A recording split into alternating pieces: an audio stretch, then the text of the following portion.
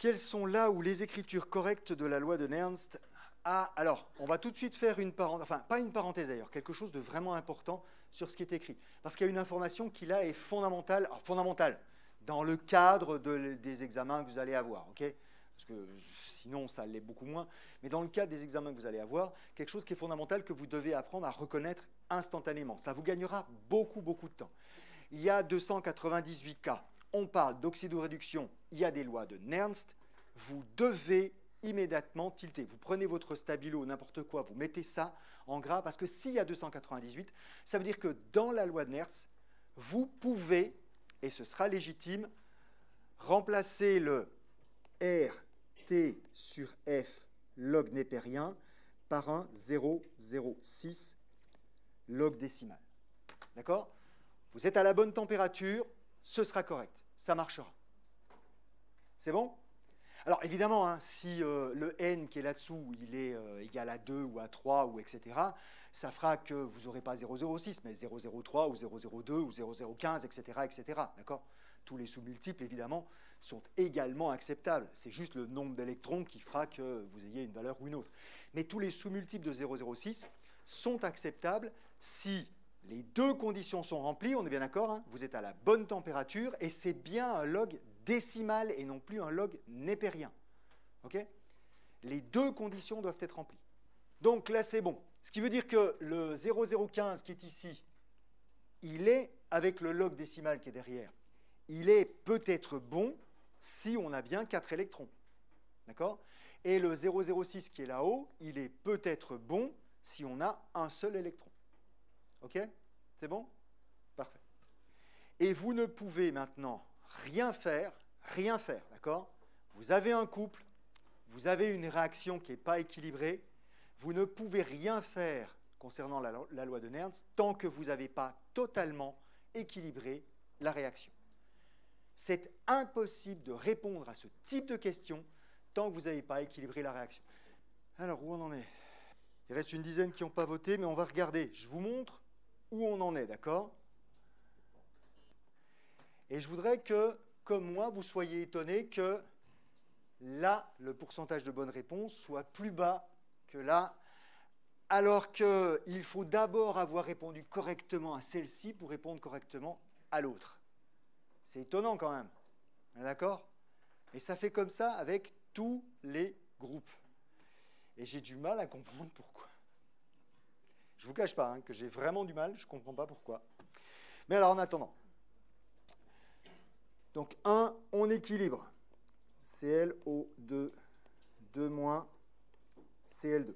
Je vous rappelle que moi, en tant qu'évaluateur, je ne suis pas tenu de respecter la convention qui consiste à placer d'abord la forme oxydée, ensuite la forme réduite. D'accord? Vous êtes tenu de faire ça. Mais pas moi en tant qu'évaluateur, parce que ça peut être le but de la question, justement de savoir si vous savez remettre ça dans le bon ordre. Okay? Donc moi, je ne suis pas tenu de le faire. Donc vous devez toujours le vérifier. Bon, là, ce n'est pas dur. On a bien calculé qu'on était ici à +2, et là, on est à 0, puisque c'est une molécule homoatomique. D'accord? Donc on est forcément à 0 dans une molécule homoatomique. Donc c'est dans le bon sens. On va bien dans le sens de la réduction. Les électrons seront bien de ce côté-là. Pas de souci. J'ai 2 chlores de ce côté-là, il me faut donc 2 chlores de celui-ci. On va donc passer en fait de 2 fois plus 2 à 0. La différence, c'est 4, donc 4 électrons. Le nombre d'électrons, c'est la différence de nombre d'oxydation. Maintenant que j'ai fait ça, je peux m'occuper de ce qui est un petit peu moins important, c'est-à-dire les autres éléments chimiques, ceux qui ne changent pas de niveau d'oxydation. Et j'insiste là-dessus. Dans une demi-réaction, il n'y a qu'un seul élément chimique qui change de niveau d'oxydation. Ici, c'est le chlore. Donc, tous les autres éléments chimiques doivent être au même nombre d'oxydation à droite et à gauche de la balance réactionnelle. Ça veut donc dire que l'oxygène que j'ai ici et qui est à -2, je sais qu'il est à -2 puisque c'est ce que j'ai utilisé tout à l'heure, d'accord, pour calculer le +2 du chlore. Donc, il est à -2. Je dois le retrouver de ce côté-là aussi à -2. Ça ne peut pas être du dioxygène. Le dioxygène, c'est de l'oxygène à 0. Donc, ça ne peut pas être du dioxygène. Okay? Alors, de l'oxygène à -2, potentiellement, ça pourrait être du O2-. Ça existe, le O2-, mais ça existe dans les éclairs, dans les étincelles, dans les plasmas, quoi, pour dire les choses telles qu'elles sont. Et en plus, c'est une espèce qui est excessivement réactive, donc pour des fractions de secondes. D'accord? Donc, ce ne sera pas ça. En plus, je sais que là, je suis en solution aqueuse. Donc, du O au niveau -2, de l'oxygène au niveau -2 en solution aqueuse, c'est forcément la molécule d'eau ou OH- ou H3O+, hein, parce que l'oxygène est au même niveau d'oxydation dans ces trois molécules-là. Okay? Mais là, je n'ai pas d'indication de savoir si je suis en milieu acide ou en milieu basique, donc je prends la première qui passe et ça ira très bien. La question, normalement, que vous devriez vous poser, c'est comment il sait qu'il est en solution aqueuse, lui? Parce que moi, je ne le sais pas. Si, vous le savez, vous aussi. D'abord, il y a marqué sol là-haut, donc on est en solution, voilà, c'est écrit. Puis même si ce n'était pas écrit, je suis certain d'être en solution parce que j'ai des ions. Et que les ions, ça n'existe que dans deux types de milieux, d'accord? De manière pérenne, j'entends. Les solutions et les plasmas. Si on était dans un plasma, on nous l'aurait indiqué parce que c'est quand même un milieu très particulier, d'accord? Donc, on est dans une solution, qui pourrait être une solution solide, hein, éventuellement. Probablement une solution liquide, mais justement, c'est forcément une solution aqueuse. Parce que le solvant, il n'est pas indiqué, justement. On n'a même pas pris la peine d'indiquer le solvant. On est forcément en solution, puisqu'on a des ions, et on n'a pas pris la peine d'indiquer le solvant. Donc, c'est forcément le solvant le plus évident, le moins cher, le plus courant, celui qu'on utilise tout le temps. Donc, je suis en solution aqueuse. D'accord ? Parce que justement, ce n'est pas indiqué. Je suis certain d'être en solution aqueuse. Donc, j'ai de l'eau à disposition. J'ai besoin de 4 oxygènes, donc il va me falloir 4 molécules d'eau. C'est vrai qu'en rajoutant ces 4 molécules d'eau, j'ai rajouté 8 atomes d'hydrogène. Au niveau d'oxydation, on est tous bien d'accord, plus 1. Ah ben oui, la molécule d'eau, elle est au niveau d'oxydation 0, d'accord? Elle est neutre, donc au niveau d'oxydation 0. Donc si j'ai -2 pour l'oxygène, il faut que j'ai plus 1 pour chacun des deux hydrogènes, d'accord? Mais on l'avait vu ensemble, c'était un des exemples que j'avais pris. Donc j'ai de l'hydrogène au niveau plus 1. Si j'ai de l'hydrogène au niveau plus 1 de ce côté-là, il me faut également de l'hydrogène au niveau plus 1 de l'autre côté. Et de l'hydrogène au niveau plus 1 dans une solution aqueuse, ce n'est pas compliqué, c'est simplement des ions H+, et il m'en faut 8.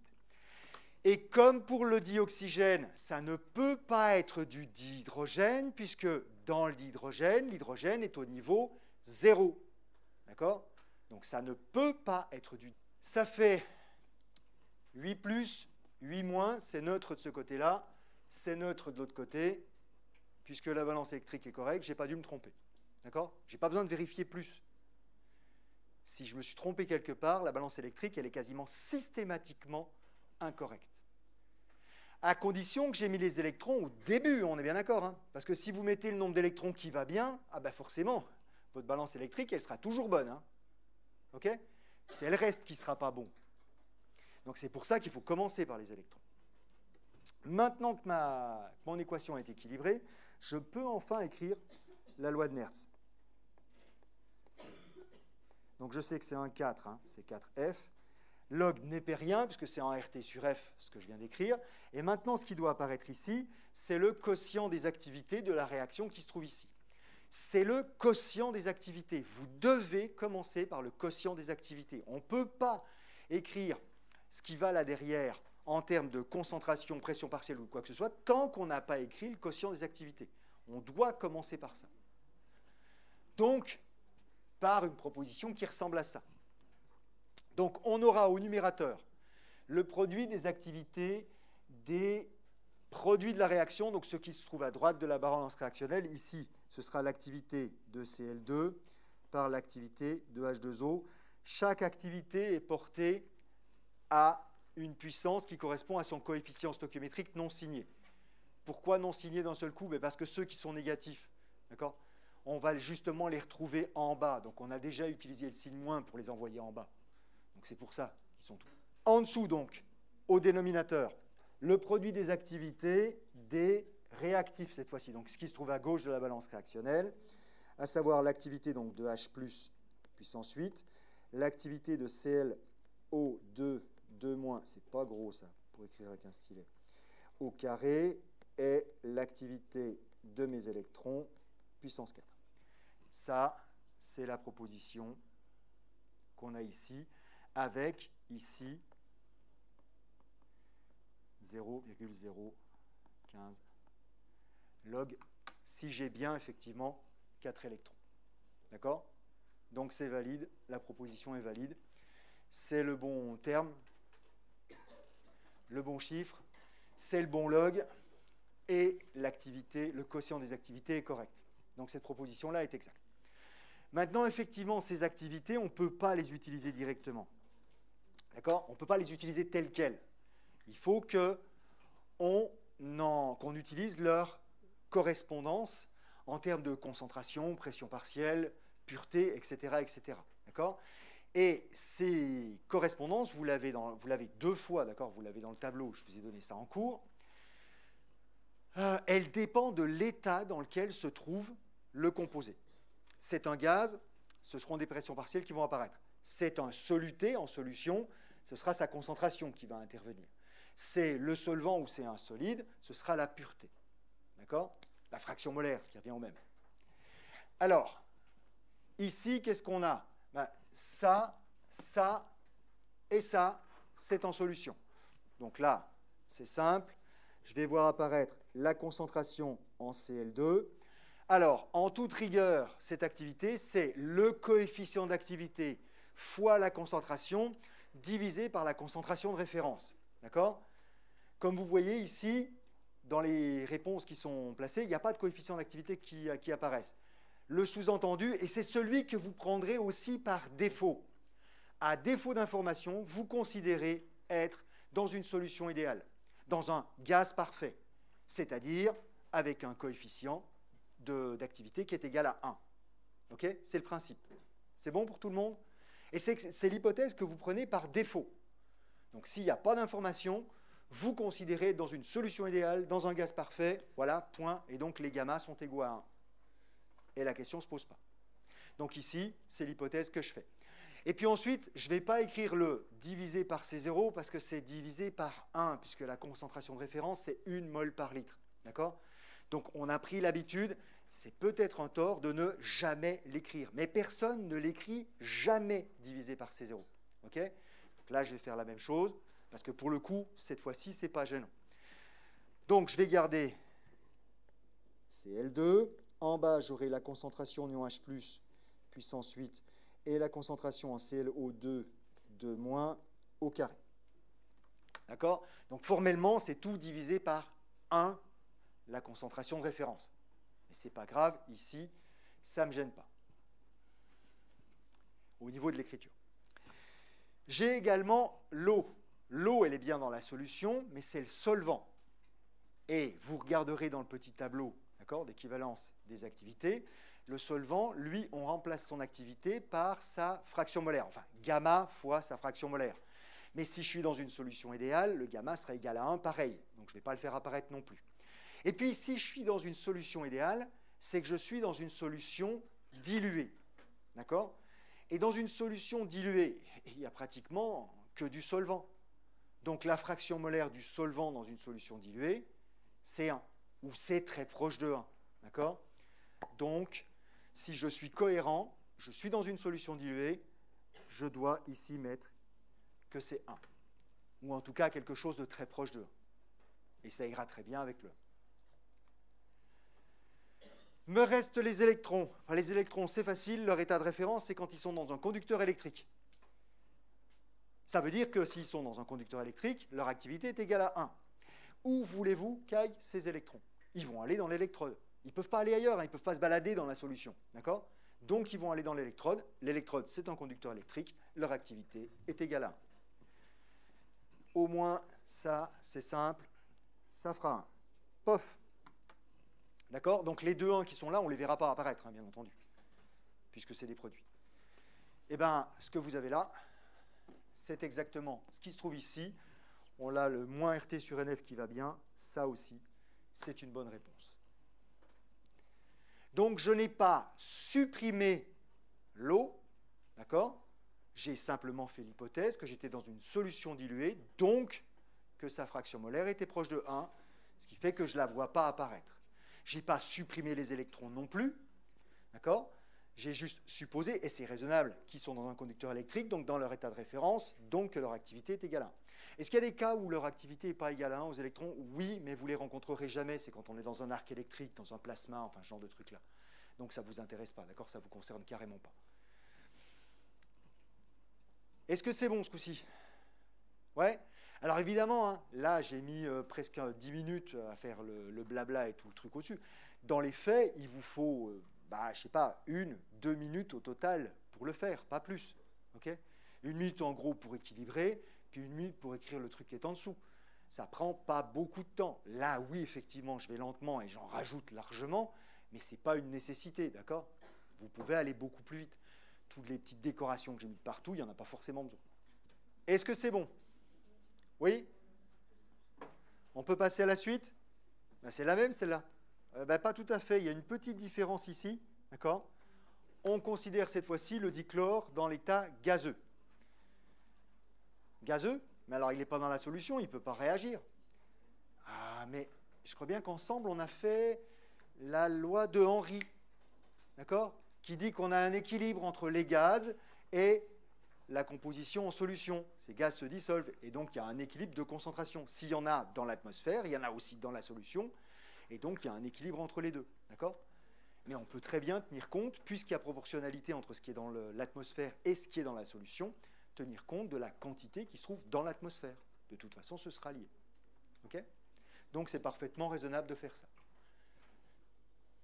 Alors, je vous en prie, hein, allez-y, répondez. Il faut envoyer vos réponses. Il ne faut pas hésiter. Hein. Après, vous pouvez considérer que ça ne change strictement rien et vous renvoyez la même chose que tout à l'heure. Hein. Ou que ça change quelque chose et dans ce cas, vous n'envoyez pas tout à fait la même réponse. Normalement, c'est super rapide là. Hein. Super rapide parce qu'il n'y a rien à réécrire. Rien du tout. Pourquoi il n'y a rien à réécrire? Quand j'ai équilibré la réaction tout à l'heure, est-ce que j'ai tenu compte du fait que le dichlore était gazeux? Ou était en solution? Non, c'était sa formule chimique qui m'intéressait. L'état dans lequel il se trouvait, j'en ai pas tenu compte du tout, ça ne m'intéressait pas. D'accord? Donc ça veut dire que la réaction équilibrée, c'est la même, il n'y a pas besoin de la réécrire. Et ensuite, si vous réalisez bien, puisque c'est la même réaction, c'est le même nombre d'électrons aussi. D'accord? Il n'y a pas de raison qu'il ait changé. Donc cette partie-là ne change pas. Il y a toujours les 4 électrons. Et la partie qui se trouve là-dedans, le quotient des activités, est-ce qu'il va changer? C'est les mêmes composés avec les mêmes coefficients stoichiométriques, au même endroit. Donc le quotient des activités ne va pas changer. Si la réaction ne change pas, le quotient des activités ne change pas non plus. Donc la proposition C qui était bonne tout à l'heure, elle est forcément encore bonne maintenant, parce que quand je l'ai écrit, je n'ai pas tenu compte de l'état dans lequel se trouvait le dichlore. Donc cette proposition-là, elle est forcément encore correcte. Elle l'était, si le stylo est bien marché, voilà, excusez-moi, elle l'était, d'accord, elle l'est encore. Ne faites pas attention au gribouillis, hein, c'est juste parce que le stylo ne voulait pas marcher. C'est bon? Maintenant, ce qui change, c'est qu'effectivement, la correspondance de cette activité en dichlore, elle change selon l'état dans lequel se trouve le dichlore. Il était en solution, maintenant, il est sous forme gazeuse. Et l'activité du dichlore, elle va plus s'écrire maintenant sous forme d'une concentration, plutôt gamma fois une concentration sur C0, elle va s'écrire sous forme de gamma, la pression partielle sur la pression de référence. Gamma, ce sera égal à 1, puisqu'on a un gaz parfait, hein, c'est l'hypothèse de base, d'accord? Donc on ne s'embête pas, le gamma, il va disparaître, pas de souci. Et le P0, c'est 1 bar si on est en bar, c'est 100 000 pascal si on est en pascal, d'accord? C'est la pression de référence, c'est celle-ci.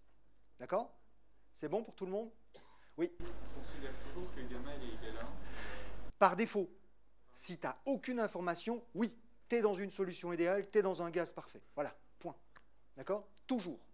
C'est que si il y avait expressément précisé que on n'est pas dans un gaz parfait, et d'une manière ou d'une autre, on te permet de calculer gamma, justement.